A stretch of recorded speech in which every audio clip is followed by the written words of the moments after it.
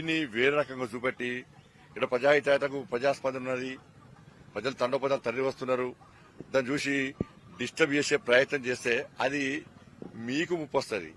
ఇలా రాముడు అయోధ్యలో పుట్టిండా అని గ్యారెంటీ ఏంటి అని మీరు అన్నదానికే ఇలా ప్రజలు చీదరించుకుంటున్నారు, ఇవాళ చీకొడుతున్నారు. ఇవాళ ఇవన్నీ పక్క పెట్టు, రాముడు పక్క పెట్టు, అన్ని పక్క పెట్టు. ఫస్ట్ నువ్వు 6 గ్యారెంటీల విషయం మాట్లాడు. ఫస్ట్ ఇలా 80 రోజులు అయింది దాదాపు, ఇంక 20 రోజుల డెడ్ లైన్ నీకు. 20 రోజుల తర్వాత నువ్వు 6 గ్యారెంటీ ఎట్లా అమలు చేస్తావు చెప్పాలి. ఫస్ట్ 425 హామీలు ఉంటాయి కదా, 423 హామీలు, వాటిని కూడా ఎట్లా అమలు చేస్తావు? 100 రోజులు అమలు చేస్తావు నువ్వన్నావు. ఇందిరాగాంధీ ఫోటో పెట్టిర్రు, దానికి 6 నెంబర్ వేసిర్రు. మరి ఇందిరాగాంధీ ఫోటో పెట్టి 6 గ్యారెంటీలు మీరు ఇస్తే ఆ 6 గ్యారెంటీలు 100 రోజులు అమలు చేస్తాన్నారు. 6 గ్యారెంటీ అమలు చేయకుండా ఇందిరాగాంధీని అవమానపరిచినట్టే మీరు. ఇందిరాగాంధీ ఫోటో పెట్టుకున్నారు కాబట్టి, ఇందిరాగాంధీ ఫోటో పెట్టి దానికి ఆరేసారు. ఇందిరాగాంధీ గారిని అవమానపరిచినట్టే మీరు. తెలంగాణ రాష్ట్రం అప్పుల పాలన విషయం మీరే చెప్పారు. అయినప్పుడు కూడా అప్పులు తీరుస్తాం, 6 గ్యారెంటీ పక్క 100 రోజులు అమలు చేస్తామన్నారు. ఎలక్షన్ కోడ్ రాబోతున్నది, మళ్ళీ చెప్తున్నా. దానికంటే ముందు ఈ 6 గ్యారెంటీలు మిగతా హామీలు నెరవేర్చారా? మళ్ళీ ఏదో 500 గ్యాస్ ఇస్తాము, 200 యూనిట్లు ఫ్రీ కరెంట్ ఇస్తాము, ఈ 2 హామీలు ఇచ్చి మిగతా తర్వాత చూస్తామంటే ప్రజలంతా అమాయకులు కాదు. 2 హామీలు ఇచ్చి బిస్కెట్ వేసినట్టు వేస్తే మేము ఊకునే పరిస్థితి లేదు.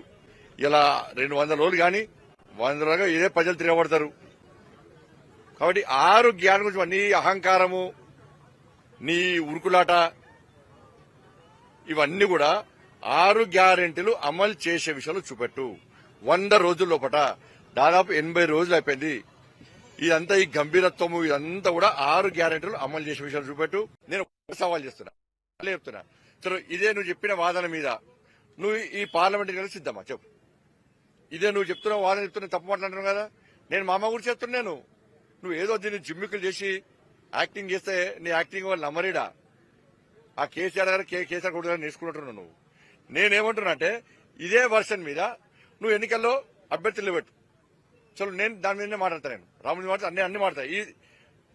ఈ ఎన్నికల్లో నేను ఓడిపోతే చలో నేను రాజకీయ సన్యాసం తీసుకుంటా. ఈ ఎన్నికల్లో కాంగ్రెస్ పార్టీ ఓడిపోతే నువ్వు రాజకీయ సన్యాసం తీసుకుంటావా చెప్పు. మొత్తం సిద్ధమా చెప్పు. నువ్వు నేను రాజకీయ సన్యాసం తీసుకుంటే ఎన్నికల్లో ఓడిపోతే తీసుకుంటా. నేను వ్యాపారం చేసుకుంటా. ఏమంటే ధర్మం గురించి మాట్లాడా, హిందుత్వం మాట్లాడా, ధర్మం మాట్లాడా, నేను పక్క జరుగుతా. నువ్వు పక్క జరుగుతా, రాజకీయ సన్యాసం తీసుకుంటావు చెప్పాలి. నేను మాట్లాడిన తప్పు నువ్వు భావిస్తే,